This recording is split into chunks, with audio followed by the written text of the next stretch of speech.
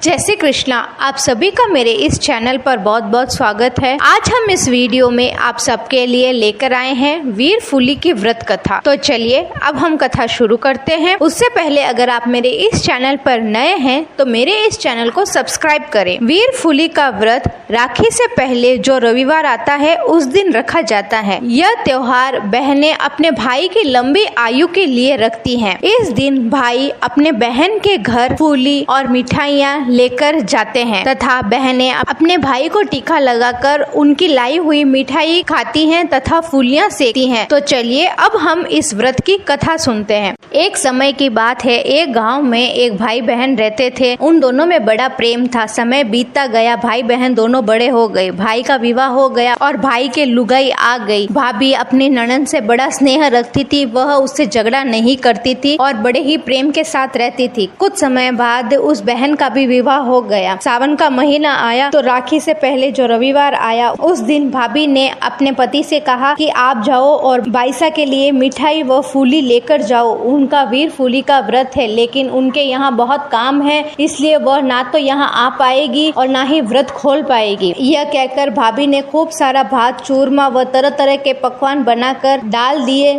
और एक थैले में फूलियां डाल दी। भाई भात लेकर रवाना हुआ तो रास्ते में खूब सारा हरा चारा दिखा। भाई ने सोचा कि बहन के तो बहुत काम होता है, इसलिए यहाँ से चारे की कुछ भारी बांध कर लेकर जाता हूँ, उसका कुछ काम हल्का हो जाएगा। और भाई ने चारे की भारी बांध ली। उस भारी में एक काला बड़ा नाग घुस गया था, जिसके बारे में उसके भाई को कुछ भी पता नहीं था। उधर बहन वीर फूली की तैयारियां करने लगी थी और वह खाना बना रही थी। इतने में ही उसका भाई भारी वह भात लेकर बहन के घर पहुँच गया। तो बहन ने भाई की खूब खातिरदारी करी और कहा कि भाई बैठो, मैं गाय भैंस के चारा पानी लेकर आती हूँ। तब भाई ने कहा कि बहन मैं रास्ते में से खूब सारा चारा लेकर आया हूँ। तब बहन ने कहा अच्छी बात है भाई, आज रात तुम यहाँ रुक जाओ, हम दोनों भाई बहन खूब बातें करेंगे और मेरे बूढ़े सास ससुर से भी मिल लेना। तो भाई ने हामी भर दी और बहन भाई की दी हुई फूलियां सेकने लगी। बहन चूल्हे पर फूली सेकती जावे और कहती जावे, फूली फटे सिक सिक मेरे भाई का दुश्मन सिक सिक। ऐसा वह 7 बार कहने लगी। और रात को भाई बहन खाना खाकर खूब सारी बातें कर सो गए। दूसरे दिन बहन उठकर भारी खोलती हैं और गाय को चारा पानी देती हैं। घास की भारी पूरी खुलते ही वहाँ एक बड़ा काला नाग होने का हो गया। बहन भाई को आवाज लगाती हैं कि भाई इधर आओ, तुम क्या लेकर आए। भाई भागता हुआ आया तो देखा कि उस भारी के अंदर सोने का एक बड़ा नाग है। भाई ने कहा बहन यह नाग तो तेरे ही भाग का है, इसे तुम ही रख लो। बहन ने उसे लेने से मना किया और कहा कि भाई यह तो आप ले जाओ, अगर भाभी को पता चलेगा तो वह क्या सोचेगी। पर भाई नहीं माना और उस सोने के नाग को बहन के पास ही रहने दिया और अपने घर लौटकर आ गया। घर आकर सारी बातें अपनी पत्नी को बताई और खेत के लिए चला गया। पत्नी के पास ही उसकी पड़ोसन खड़ी थी। तब उसकी पड़ोसन ने कहा कि तुम्हारा आदमी तो बड़ा मूर्ख है, वो तो बड़ा भोला है, यह सोने का नाग तो तेरे ही भाग का है, उसे बहन के यहाँ क्यों देकर आ गया। ऐसा कहकर पड़ोसन ने उसे कुछ बातें सिखा दी। फिर जब शाम को पति खेत से आया तब उसकी पत्नी ने कहा आप बड़े भोले हो, यह नाग तो हमारे भाग का है, आपने ननद को क्यों दे दिया। उसके पति ने उसे खूब समझाया लेकिन वह नहीं मानी और उससे झगड़ा करने लगी और कहा कि अगर तुम यह नाग वापस नहीं लेकर आओगे तो मैं यह घर छोड़कर अपने पीहर चली जाऊंगी। उसी समय भाई को वापस बहन के घर सोने का नाग लेने के लिए भेज दिया। भाई बहन के घर पहुंचा। बहन घर के दरवाजे पर ही खड़ी थी। वह समझ गई कि भाई किस लिए आया है तो उसने कहा कि भाई मैंने तो पहले ही कहा था भाभी आपसे नाराज होगी, इसलिए आप यह नाग ले जाओ। और बहन जल्दी से सोने का नाग निकाल कर लाती है और भाई को दे देती है। भाई सोने का नाग लेकर घर पहुंचा तो भाभी नाग कोठरी में डालकर ताला लगा देती है। कहती है कि कल देखूंगी कि इसका क्या करना है। दूसरे दिन भाभी कोठरी खोलती है तो वह देखती है कि सोने का नाग एक बड़ा काला नाग बन गया है और वह टोकरी से फुकार मार रहा है। भाभी देखते ही डर जाती है और चिल्लाती है बचाओ बचाओ। तब भाई बोलता है कि क्या हुआ है। तब भाभी कहती है कि देखो मैंने कोठरी में सोने का नाग रखा था, वह अब बड़ा काला नाग बन गया है। तब भाई अपनी औरत से कहता है कि मैंने तेरे को पहले ही कहा था कि यह तो बाईसा के ही भाग हैं, उसके ही किस्मत में यह लिखा हुआ है, लेकिन तुमने मेरी बात नहीं मानी, तो देखो इसका अंजाम क्या हुआ। भाई नाग को हाथ जोड़ता है और बाईसा को बुलवाता है। बाईसा के आते ही वह नाग